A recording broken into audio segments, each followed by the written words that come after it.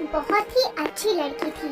वो हैदराबाद में अपने माता पिता के साथ एक छोटा सा बिरयानी रेस्टोरेंट चलाती थी, जो कि काफी ज्यादा मशहूर था। लोग दूर दूर से उसके हाथ का बना खाना खाने आते थे। उसके हाथ की बनी बिरयानी खाकर लोग उसकी वाहवाही करते नहीं थकते थे। ऐसे ही एक दिन उसके रेस्टोरेंट में अविनाश नाम का एक लड़का आता है। सर, आप क्या खाना चाहेंगे? जी मैं वेज बिरयानी खाना पसंद करूंगा। Okay sure sir. थोड़ी ही देर में वेटर अविनाश का ऑर्डर लेकर आता है। अविनाश जैसे ही बिरयानी खाता है, वो उसके टेस्ट का फैन बन जाता है। वो वेटर से बात करके बिरयानी बनाने वाले शेफ से मिलने के लिए कहता है। वेटर जल्दी से किचन में जाकर मुस्कान को बुला कर लाता है। अविनाश जैसे ही उसे देखता है तो बस देखता ही रह जाता है। तभी मुस्कान बोलती है, एक्सक्यूज मी सर, आपने मुझे बुलाया? क्या बात है, बिरयानी में कोई कमी है क्या? अरे नहीं नहीं, आपकी बिरयानी तो बहुत ही ज्यादा अच्छी है। मैंने आज से पहले इतनी अच्छी और टेस्टी बिरयानी कहीं नहीं खाई। Thank you so much. वैसे आपकी तारीफ? जी मेरा नाम अविनाश है। Oh, thank you so much mister Avinash. Call me only Avi. By the way, आपकी शादी हो गई? जी नहीं। अरे वाह, ये तो सोने पर सुहागा हो गया। हेलो सर, कहाँ खो गए आप? नहीं कहीं नहीं। अच्छा, तो मैं भी अब चलता हूँ। अविनाश इतना बोलकर वहाँ से चला जाता है। ऐसे ही समय बीतता जाता है। अविनाश रोज मुस्कान के रेस्टोरेंट में बिरयानी खाने आता और अलग अलग तरीके की बिरयानी खाता। कभी वेज बिरयानी, कभी नॉन वेज बिरयानी। ऐसे ही वक्त बीतता जाता है। दोनों में अच्छी दोस्ती हो जाती है और बातों और मुलाकातों का सिलसिला शुरू हो जाता है। साथ ही धीरे धीरे उनकी ये दोस्ती प्यार में बदल जाती है। ऐसे ही एक दिन दोनों खाना खाते हुए बात कर रहे होते हैं। अविनाश, हम कब तक ऐसे बॉयफ्रेंड गर्लफ्रेंड बनकर घूमते रहेंगे? क्यों ना हम दोनों शादी कर लें? तुमने तो मेरे मुंह की बात छीन ली। फिर देर किस बात की? जल्दी से बात कर लो ना अपने घर वालों से। क्यों नहीं मेरी जान। दोनों अपने अपने घर में अपने प्यार के बारे में सब बता देते हैं। मुस्कान के माता पिता शादी के लिए मान जाते हैं और उसके प्यार को मंजूरी दे देते हैं। मुस्कान जल्दी से जाकर ये बात अविनाश को बताती है और अगले दिन अविनाश अपनी माँ सुजाता के साथ मुस्कान को देखने के लिए और रिश्ता पक्का करने के लिए उनके घर आता है।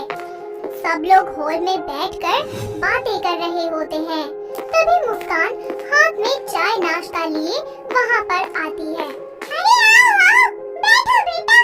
सुना है तुम बड़ा अच्छा खाना बना लेती हो। वैसे खाना ही बनाना आता है या घर में संभाल लेती हो? जी सभी कामों में कुशल है हमारी बेटी। ये तो वक्त ही बताएगा। तो बिटिया, खाने में क्या क्या बना लेती हो वैसे? जी वेजिटेरियन और नॉन वेज, हर तरीके का खाना बनाना आता है मुझे। क्या कहा? Non veg? हाय, मुझे तो उसकी महक भी पसंद नहीं है। माँ, तो आप मत खाना, आप बस वेज ही खा लेना। हाय, मुझे तो इस लड़की को देखकर घिन आ रही है, पर क्या करूं? अपने बेटे की जिद के आगे अब मैं कुछ कह भी नहीं सकती। अरे बहन जी, कहाँ खो गई आप? अब रिश्ता पक्का करें?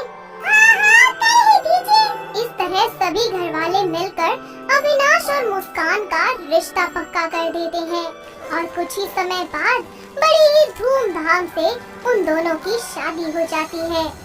शादी के कुछ दिन तक तो सब कुछ बहुत ही अच्छा चलता है।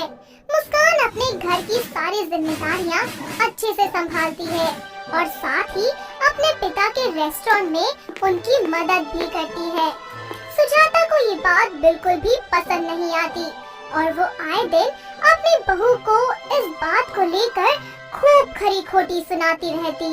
ऐसे ही एक दिन जब मुस्कान शाम को अपने पिता के रेस्टोरेंट में उनकी मदद करके घर वापस आती है, तब उसकी सास उससे बोलती है, आ गई महारानी, अपने पिताजी की मदद करके। जी माँ जी, आ गई और अब जल्दी से घर का खाना भी बना देती हूँ। अविनाश आते ही होंगे। अरे रुक जा रही, कहाँ जा रही है? जा जाकर पहले नहा। माँ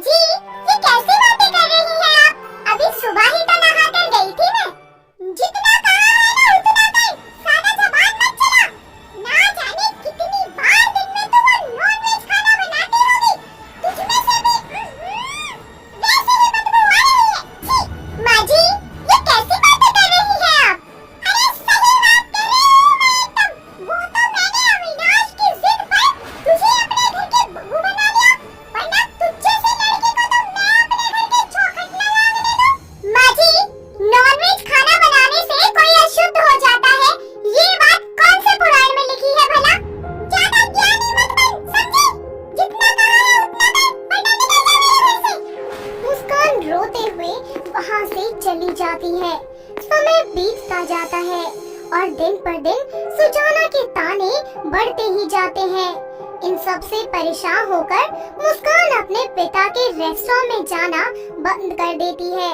वक्त बीतता जाता है और धीरे धीरे बढ़ती उम्र के साथ सुजाता के घुटनों में दर्द होना शुरू हो जाता है और वो सारा दिन दर्द में कराहती रहती है। मुस्कान दिन रात अपनी सास की सेवा करती कि किसी तरह उसके सास को आराम मिल जाए, पर इन सब से कोई असर न हो पाने पर वो अपनी सास को हॉस्पिटल ले जाती है, जहां डॉक्टर उनके घुटनों का एक्सरे करने को कहते हैं और फिर बताते हैं, ये देखिए, आपकी सास के घुटनों का ऑपरेशन करना होगा क्योंकि इनके घुटने बिल्कुल जाम हो चुके हैं और अगर समय पर इलाज नहीं किया गया तो हो सकता है आने वाले टाइम पर ये चल भी ना पाए। नहीं डॉक्टर साहब, प्लीज ऐसा कुछ मत कहिए। आप जल्दी से मेरी माँ जी का इलाज कर दीजिए ताकि वो ठीक हो जाए। मुझसे उनकी ये परेशानी और देखी नहीं जाती। डॉक्टर सुजाता के घुटनों का ऑपरेशन कर देते हैं। तभी मुस्कान और अविनाश उनसे मिलने उनके पास जाते हैं, जहां डॉक्टर उन्हें बताते हैं, जी देखिए मिस्टर अविनाश, आप तो जानते ही हैं कि आपकी माता की काफी उम्र हो गई है। ऐसे में बॉडी को रिकवर होने में और हेल्थी होने में बहुत समय लग जाता है। आप प्लीज अपनी माँ को नॉनवेज खाना खिलाएं, सबसे बेस्ट यही है। मुस्कान और अविनाश अपनी माँ को हॉस्पिटल से घर ले आते हैं और दोनों मिलकर उनकी खूब सेवा करते हैं। अपनी अच्छी सेहत और खुशहाल जिंदगी के लिए सुजाता चिकन सूप पीना शुरू कर देती है और वो भी मुस्कान के हाथों का बनाया हुआ। धीरे धीरे उसके घुटनों का दर्द ठीक होने लगता है और अब वो वापस से पहले की तरह चलना शुरू कर देती है और अपनी जिंदगी को पहले की तरह ही जीने लगती है, जहां उसे किसी व्हील चेयर की और डंडे की जरूरत नहीं पड़ती। साथ ही अपनी बहू का सेवा भाव देखकर उसे अपनी गलती का एहसास हो जाता है। मुस्कान बेटा, मुझे माफ कर दे। मैं ये समझ ही नहीं पाई कि फर्क खाने का नहीं, फर्क सिर्फ हमारी सोच का है। अरे माँ जी, माफी मत मांगिए।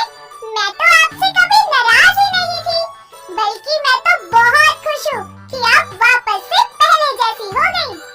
इस तरह सुजाता के मन से भेदभाव की भावना हमेशा के लिए निकल जाती है। साथ ही मुस्कान भी वापस से अपने पिता के साथ काम करना शुरू कर देती है। वो दिन दोगुनी और रात चौगुनी तरक्की करती है। साथ ही सुजाता भी अब तरह तरह की वेज और नॉन वेज डिशेस बनाने में अपनी बहू की मदद करती है। तो दोस्तों, कैसे लगी आपको हमारी ये बिरयानी वाली बहू? क्या आपके घर के आसपास भी है कोई ऐसी बहू जो इसी तरीके की टेस्टी बिरयानी बनाती हो? अगर हाँ, तो